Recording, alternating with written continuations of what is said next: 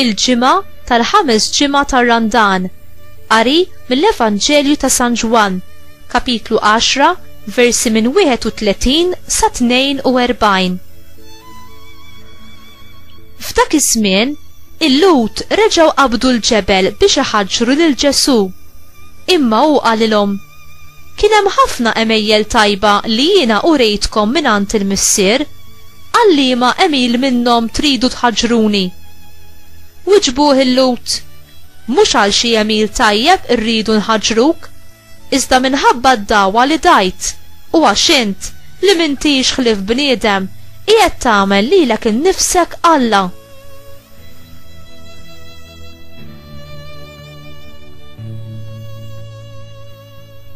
Għalilhom Ġesu: fil-liġi tagħkom ma hemmx miktub jiena qed intom Allat?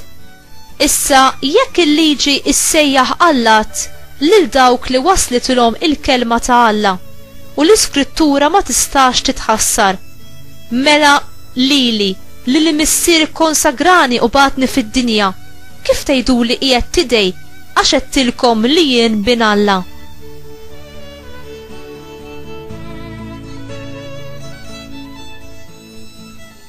Jekk jien minix nagħmel l-emejjel ta' missieri temnunix, imma jekk qiegħed nagħmilhom, jekk ma temnux lili, għall-inqas emnu l-emejjel biex tkunu tafu u tarfu li l-missier huwa fija u jiena fil-missier.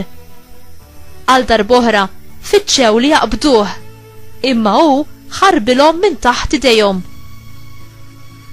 U reġa' mar in-naħa l-oħra tal-Ġurdan fejn qabel kien hemm Ġwanni jgħammet u baqa' hemm. Kienu ħafna dawk li marru ħdejh u qalu: Ġwanni ma għamel ebda sinjal, imma kollu minnu kull ma qal Ġwanni fuq dan il-bniedem. U hemmhekk ħafna emnu fih. Il-kelma tal-mulej, tifħir lilek Kristu.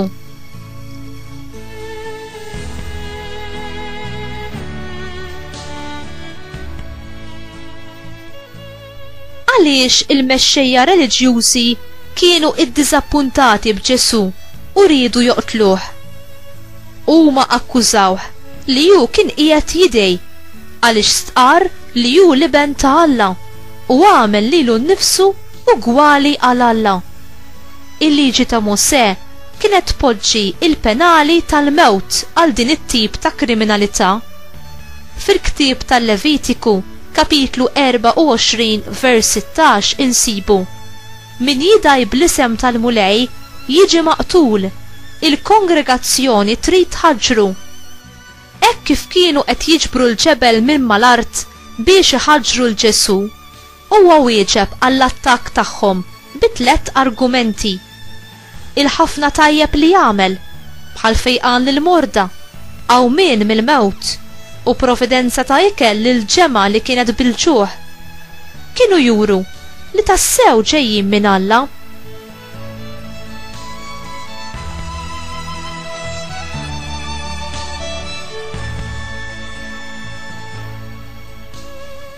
Ġesu hu l-Allim perfett, għax hu ma jibbażax l-istqarrijiet tiegħu fuq dak li jgħid, imma fuq dak li jagħmel.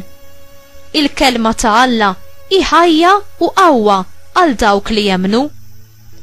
Ġesu jurina t-triq tal-verità u tal-qdusija u hu jikkonsagrana bil-qawwa tiegħu biex ngħixu il-Vanġelu bil-ferħ u biex inkunu xhieda tiegħu fid-dinja.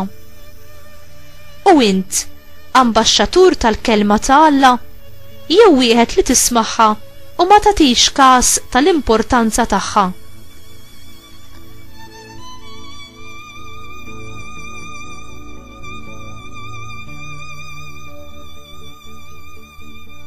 Ikteb fuq qalbi, Aziz Ġesu, il-lezzjonijiet tal-kelma qaddisa tiegħek u għatini li nkun messaġġier kuraġġuż tal-kelma tiegħek. Aziza Ommi Marija, tħalli qatt li jiena nwarrab fil-ġenb il-kelma ta' Alla li tagħti l-ħajja biex nisma' kliem ieħor li ma jwassalx għal ħajja ta' dejjem. Allimni minflok biex ngħajjex lil ruħi bil-kelma tiegħu u nħallija tibdilni. Amen.